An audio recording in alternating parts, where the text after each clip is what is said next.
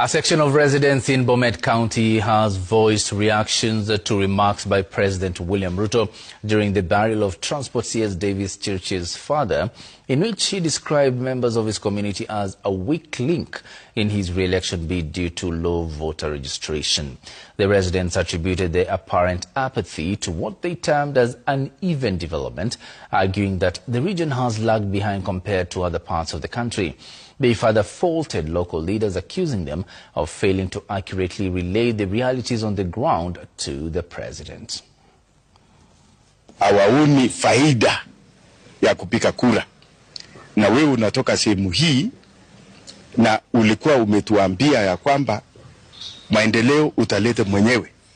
Unajua maendeleo ile inatakikana hapa sehemu hii, lakini tangu uwe rais wa nchi hii hakuna projects mingi umefanya hapa Rift Valley. Vijana wanakataa kukata kura juu hawaoni maoni.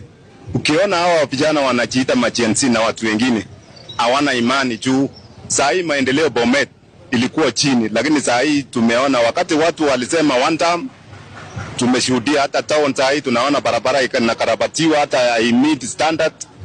Ukiona barabara ya Lengurwoni ile ya Chepole ni pothole. Sasa watu wa pikipiki, vijana wa mama mboga, wale wote wanafanya sokoni, hawana acha wakate kura juu wanaona hata wakikata kura hawana faida. Kulingana na maendeleo hatuchaona hapa. Hii lamu ya town nimesikia hii ni ya World Bank.